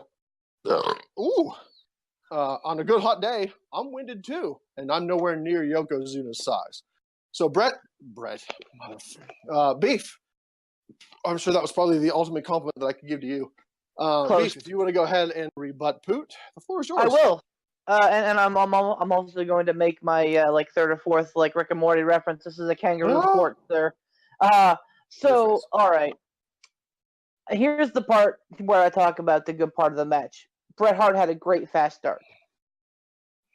Here's the part where I talk about the bad parts of the match. Everything else. I understand that my position is to defend it and even plug this Mania as one of the greatest. Oh my goodness, what am I saying? As not one of the greatest, but as one of the tolerable ones. I know, right? One of the more tolerable ones.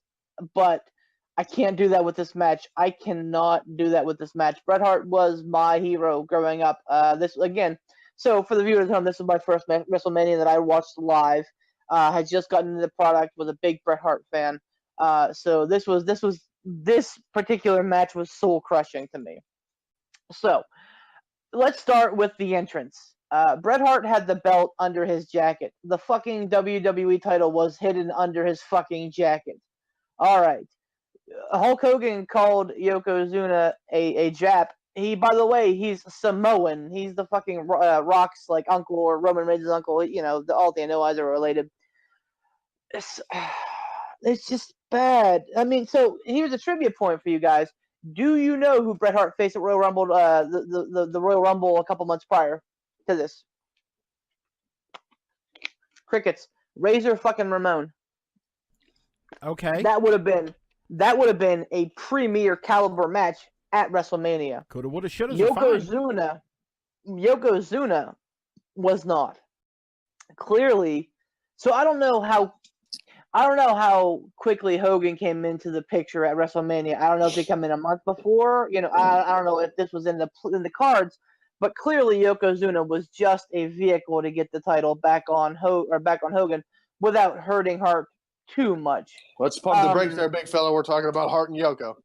I understand that, but it does tie in that the Yoko Brett match. The Yoko Brett match was just never a good idea. And for the most part, Yoko versus anybody's not a great idea. If he's not going to be able to sell himself as a power monster heel, which he never really did, then it's a tough sell. And I mean, even seeing, poor Bret Hart struggling to get the fucking sharpshooter on those giant ham hocks. I'm a big dude, but my God, There's not a lot of redeeming things about this match other than, like I said, that Hart start that you never saw from Bret Hart, that he knew he had to try and get the crowd back into it. But other than that, I can't really defend this match too much. Whew. All right, Poot, do you have anything else to say about this match? I will say this in my closing statement, but I just want to mention this. Nostalgia is a hell of a drug.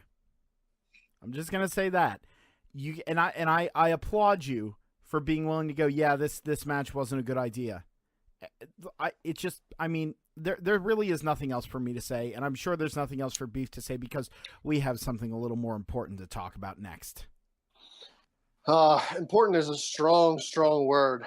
And we're gonna go ahead and move on to the unofficial impromptu 9th match of the night, which would be another WWF Championship match, which would pit Yokozuna as the defending champion against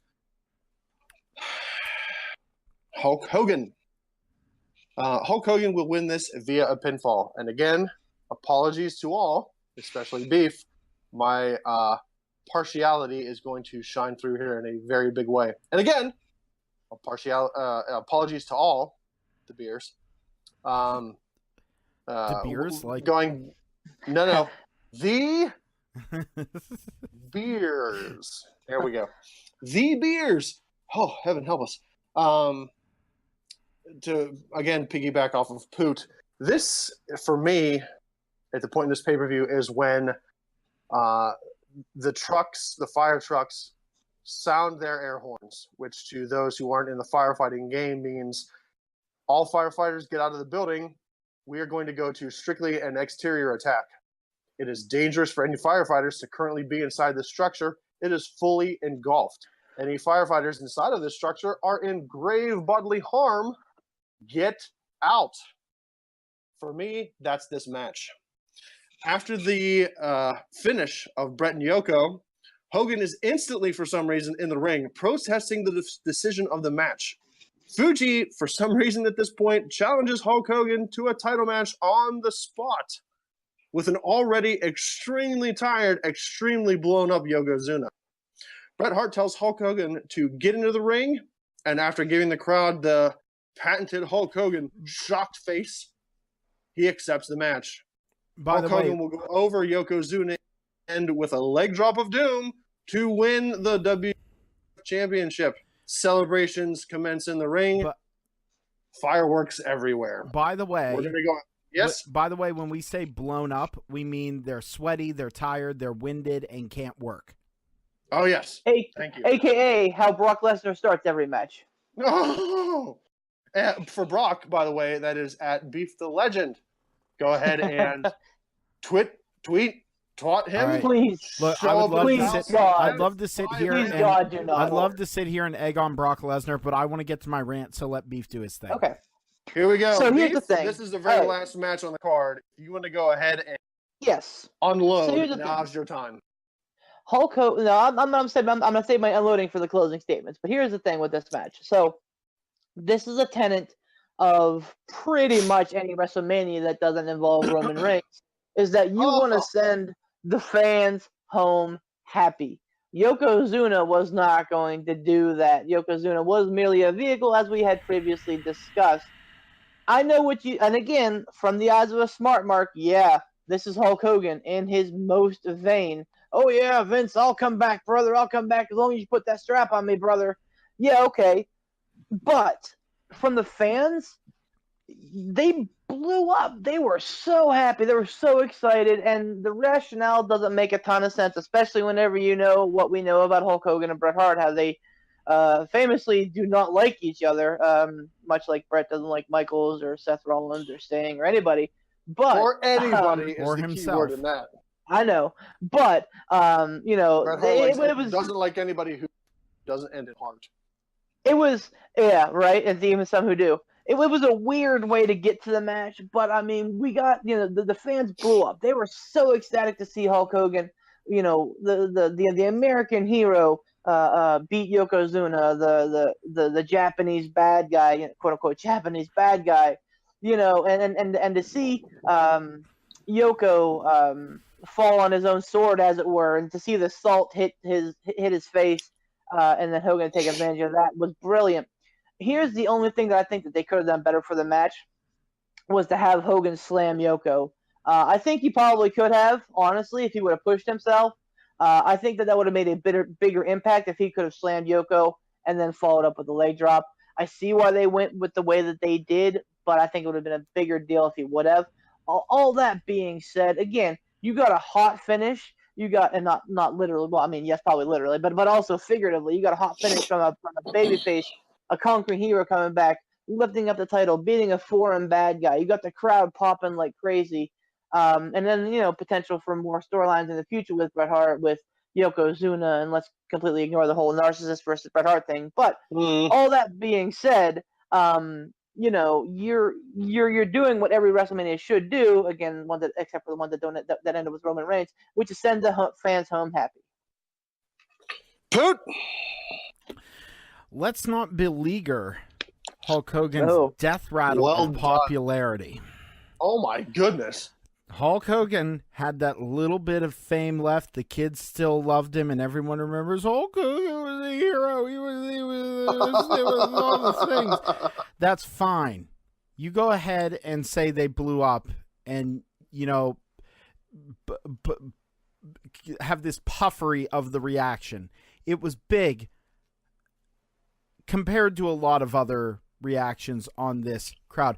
I would wager, whenever Mr. Perfect's music hit, the initial pop was bigger than what Hogan got here. The only reason people started cheering is because of all the pyro, all the pomp and circumstance. Again, people will cheer for anything.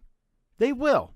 They will cheer for shiny. They'll cheer for the big puffery. Wow, they spent a lot of... They will, okay? It was not as big as you're saying it was. Hogan still had some popularity, but with the kids, sure, they're buying the merch, they're doing all that stuff, but this is my note for this. This is my note. When suddenly Hogan, the bell never even rang. The bell never even rang for this match. And I put, gah, I hate this media. I hate it. I hate it. I hate it. I hate it. I hate it.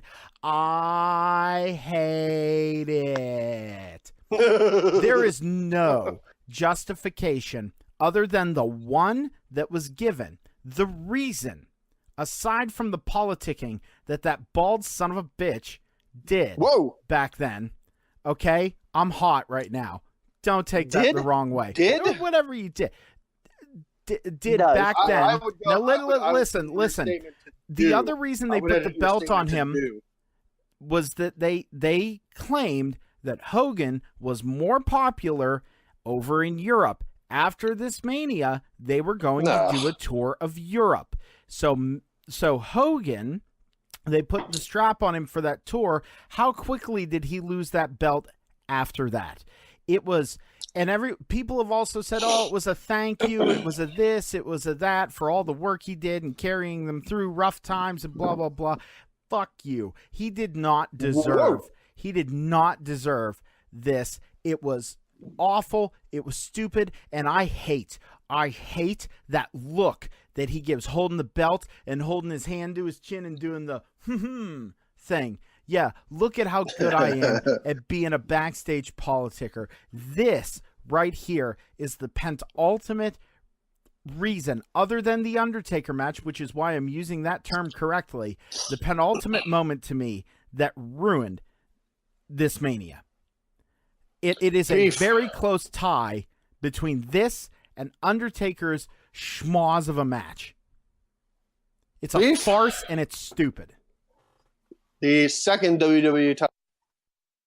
Do you have anything to rebut on Mr. Poot? I do. The notion that fans will cheer anything. Charles, go back and watch. Damn it! Oh, we have go the back. second kayfabe break. I'm doing because I'm trying for emphasis here, and it's anyway. Here's the thing. Go back and watch WrestleMania 33, and you tell me what happens at the end with all the pyro, all the circumstance, everything else. Roman Reigns standing on the entryway. You tell me what you hear. Fans will not cheer everything. He beat The Undertaker, a broken old man. All right? Also, here's the other thing. You've been throwing out this entire time about, oh, well, these aren't smart fans. These aren't smart fans. I got some news for you now. Everyone is a smart fan. Kayfabe is dead. So it's the inverse of what you were talking about. Oh. What I'm saying here with this match is this: that, I think that probably a little bit of the reception was probably puffed up by what you're saying there. By the way, the whole like him holding his chin, posing for the camera, I think that was more of like a, hey, how do I look good with my mangled eye that Randy Savage gave me last night? Oh dear. That's up for debate where it came from, but it's not a jet ski applicant, I'll tell you that much. Anyway, as he claims. So this is the one. So again, booking, I think is where is a place where this WrestleMania kind of falls short a little bit because it's not foresighted. As you mentioned, Poot, he dropped the belt quickly thereafter. So to me, you're trying to usher in this new generation, and you have the Bret Hart in the driver's seat of said new generation. I think that this was a bad time to do this. But all that being said, like I said, Hulk Hogan, I'm not going to say he deserved it, but I think when he left at WrestleMania 8, a lot of people thought that it was way too soon, and a lot of people thought that he would kind of flame out in Hollywood, which it was, and which he did. So this was him just coming back to where he knew. So Hulkamania was still alive and well, and at this point, I think that this is something that the fans wanted. or rather the WWE needed during this weird kind of juncture, that they would kind of right the ship then in a year. All right, I'm going to go ahead and cut you both off, and we're going to put an end to this Hulk Hogan versus Yokozuna impromptu WWE title match. We're going to go ahead before we wrap up the end of this episode and put the pretty bow on what is WrestleMania 9. We're going to go ahead and once again promote or plug. Thank. Oh, what a good wordsmith you are. We're going to thank our sponsors. I'm going to go ahead and start off here with the Casual Gaming Dad's Corner. Todd Bodnar, again, one of my close friends from childhood. Super funny guy, super interesting guy. The Let's Plays that he does are very interesting. I enjoy seeing him. He offered very early in to the Pittsburgh Piledriver podcast. He offered very early in to promote to his viewers, which he has many more than we do. Just starting out, very young sort of podcast to promote us to his fans and to his followers. We really thank you. I can't say enough good things about this guy. Overall, as a human being, a wonderful guy. His Casual Gaming Dad's Corner, very fun, very interesting YouTube channel. I find myself putting him on while I'm at work and just listening to the things that he says and the games that he plays. It really does bring back a lot of nostalgia for me, and we really appreciate it. And Beef or Poot, I'll leave this open to you. If either one of you want to promote our official first ever sponsor, go ahead. Yeah, WrestleDeals.com. Sean Tischler, we mentioned this again in the first podcast, and I'm sure we probably will again and again. But these two guys, Tom and Sean, that taking a flyer out on us, we appreciate it. Especially with Sean's influence on the independent scene, not just in Clearfield, Pennsylvania, but in like the surrounding Western Pennsylvania kind of circuit, the Central Western Pennsylvania circuit. He's got a lot of sway, so getting our name dropped in any conversation is going to be appreciated. So check him out, WrestleDeals.com. Go, they're revamping their site to something that's going to be bigger, better. Check them out and give them some business and tell them the Pittsburgh Piledriver podcast team sent them your way. And for those of you who don't know.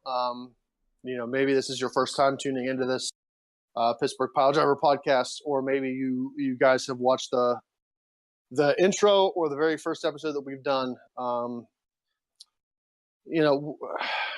At the end of the day, we do this because we're wrestling fans. We do this because the three of us are very, very good friends.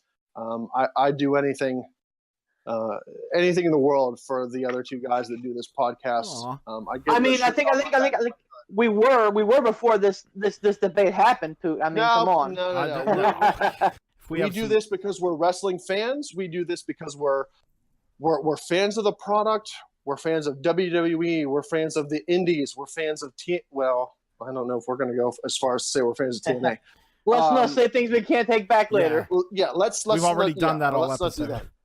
Oh. No, but we're fans of wrestling, and at the end of the day, that's what we are. We don't know the business ins and outs as well as the people who are involved in it, but we like to watch it, we like to talk about it, and that's kind of how this podcast came to be. Despite we would sit around and talk about wrestling, the three of us together, and if we could entertain each other as well. If we could entertain everybody who listens to this podcast as well as we entertain each other, at the end of the day, I feel like we're a success. Now, and if we have one fan or 100 fans or 1,000 fans, whatever. Now, I want this to be something that people can listen to and go, you know what? It brings a little bit of entertainment to my mundane day. That's what we're here for. Now, and also, we want to know, before we do our closing statements here, before we throw the proverbial baby out with the bathwater in my case, I just want to say, in the comments of our YouTube video on our Facebook page. Just let us know if there's a topic you want us to do a collar elbow tie upon, or if you have any comments or please constructive criticisms, let us know, because we'd like to get better at doing this. Now, fellas, what do you say we wrap this up in a nice tight little burrito? All right, Yeah. burrito time. Overall, WrestleMania 9. Is it good? Is it bad? Is it top 5, top 10, top nothing? Is it as much of a dumpster fire as Poot claims it to be? Let's go ahead and hold on. I gotta stroll my drunken ass back over to my computer and just take a gander here. Poot, we're gonna start out with you since we started out with beef on the very first match of the card. Poot, let's just go ahead and sum up. How do you overall feel, not match per match, but overall, how do you feel about this event, WrestleMania 9? You know, to my opponent here, I said earlier, nostalgia is a hell of a drug. It really is, especially when it was the first Mania you saw. You're gonna let me cut it quick and just give a little interlude. Go ahead. Perfect. Thank you. That's exactly, if WrestleMania, that kind of sums up how the judge feels about this. if WrestleMania 9 could be a sound, that would have been it. Now here's the thing. If this is your first Mania you saw, you hold to your heart very close, despite its flaws, despite its problems, despite anything. You hold it near and dear to your heart. Mine was WrestleMania 12. The Iron Man match between Shawn Michaels and Bret Hart. Is that match legendary? Yes. Is it a big deal? Yes. Hold on. Uh-huh. Is it good? There's the question we have to ask ourselves. Years ago, I would have said yes. But now, I look at WrestleManias and matches through what I believe to be a wise, critical, and accurate eye. Just because I'm a fan of something doesn't mean that it's necessarily good. Like, for example, me, I don't mind McDonald's every once and again. Doesn't make it good. And here's the thing I will give it before I backhand the shit out of this. I will say WrestleMania 9 is unique, and we are talking about it. So it has merit because it's a point in history that is really interesting. All the things we talk about. That being said, this entire event, short of a couple high spots, is just the pits. If you've never seen it, you need to watch it at least once. This is the WrestleMania equivalent of the movie The Room. Okay? No. Like, it's so bad that it goes into it's so bad it's good territory. Like, and that's the thing. On the whole, was WrestleMania 12 a great Mania? No. You know why you remember WrestleMania 12?